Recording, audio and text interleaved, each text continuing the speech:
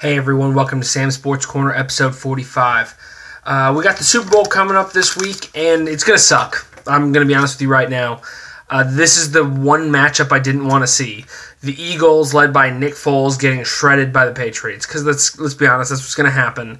The Eagles are going to look good in the first half, and the Patriots are going to do what they always do. They're going to have a fourth quarter comeback, because it doesn't matter how much you are up in the first half. Bill Belichick will make his adjustments, and the Patriots will be unstoppable in the fourth quarter, and you lose the game to the Patriots. I'm just sick of the Patriots being good, so we're going to skip past that. It's just not fun to talk about. What we are going to talk about, though, is a Sam Sports Corner guarantee that within the next 3 years, count them 1, 2, 3, the Chicago Bears, will be winning the Super Bowl. Let me tell you why I know this. This is mind powers, y'all. Just listen up. So the last time that the Bears retained a defensive coordinator, hired a offensive-minded head coach from the state of Pennsylvania, was in 1982 when they retained Buddy Ryan and hired on Mike Ditka. Well, they retained Vic Fangio because of the defensive prowess, hired Matt Nagy, who was also from Pennsylvania.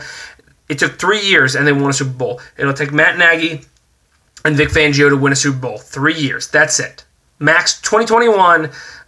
Mark it on your calendars. It's happening, and it's going to be great. It's young quarterback. We got a draft coming up. We got a decent draft position. As long as we don't draft Calvin Ridley, I'll be super happy. The Bears are on the way up. Y'all watch and see. Put money on it now. I don't know if you can. If you have a betting site that'll let you, do. All right. Moving on in the world of football, the XFL has announced its return. Vince McMahon came on the internet the other day, said that the XFL is coming back. Sold like $500 million worth of shares of WWE. It's great. The way to make the XFL successful this time is, first off, you need to be getting kids out of college. The kids who aren't quite ready for the NFL, and that will transfer your college fan base to because a lot of the college football fans aren't really NFL fans.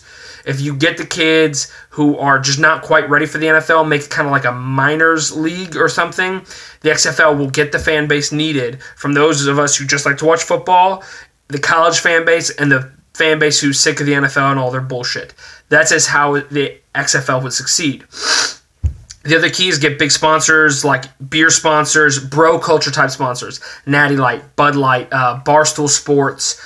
There's a dozen others out there that kind of cultivate a bro culture type sponsorship base where their fans will follow, 18 to 30, 45, wherever, men.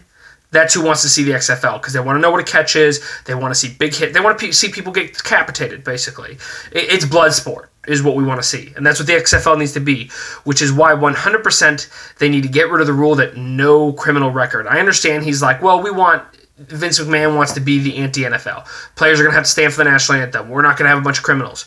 Maybe curtail that to no violent criminals because you need Johnny Manziel. 100%. Johnny Manziel has a DUI, maybe a couple other like drug arrests or whatever, but you need him. He'll be the biggest quarterback in the league, and he will draw fans. You need to have him. You need to get rid of that stupid rule about no criminal record because there are plenty of good players out there who just have like drunken publics and just want a chance, Next, we're going to talk real quick about the SEC Big 12 Challenge in college basketball. This is the first time ever that the SEC won outright. They won 6 games to 4, and I just love to see the SEC beat anybody else in anything, really. Next, still in the NCAA, Michigan State is having a huge problem because Larry Nassar was a doctor there for their gymnastics team. He was also the Olympic doctor for the gymnastics team. Well, it came out that he sexually assaulted like 140 some odd girls, maybe some more than that. It's ridiculous. He's been sentenced to a lifetime in prison. It turns out 37 of these took place while he was employed at Michigan State, and the Michigan State officials knew, so they should all be fired. And NCAA President Mark Everett was fully aware and just kind of swept it under the rug. I mean, not surprising with Baylor raping women and getting off, and Penn State raping little boys, and their big punishment gets cut in half. I mean, the NCAA has made it a priority to make rape okay. Sleeping on other people's couches, using hunting land, having a YouTube channel, getting tattoos, eating too much pasta. I mean, these are all things, like eating too much pasta at a charity event was literally something in the last 5 years that the NCAA has gone after college athletes for.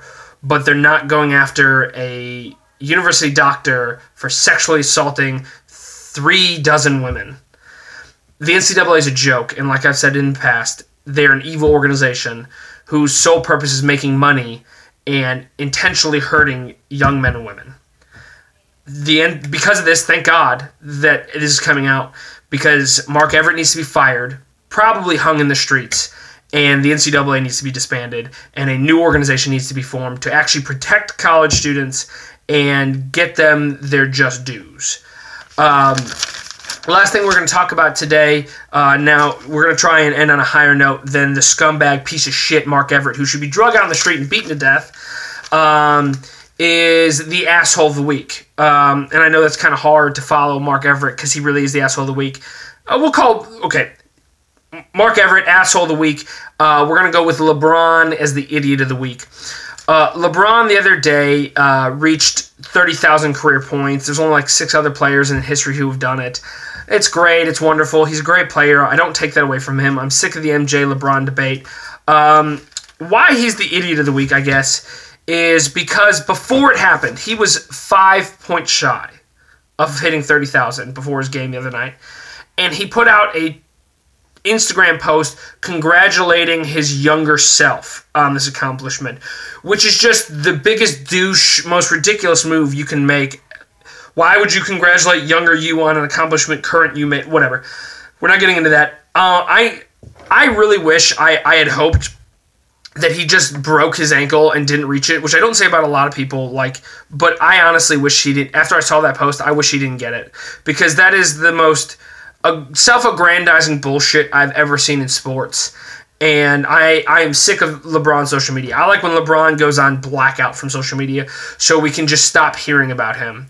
Last thing, Jemele Hill is out as one of the hosts on ESPN. She says she chose it. Other people are saying she's fired. Either way, it is just so typical. Not typical. It makes you realize what direction ESPN is finally starting to learn that the rest of us are wanting to learn, is that not everybody wants politics in their sports. Jemele Hill was a good host outside of the fact that she couldn't keep sports separate from politics. Most of us don't want them together. I hope that you don't like them together. I try to talk about them together. I hope to see you guys again very soon. Have a good week.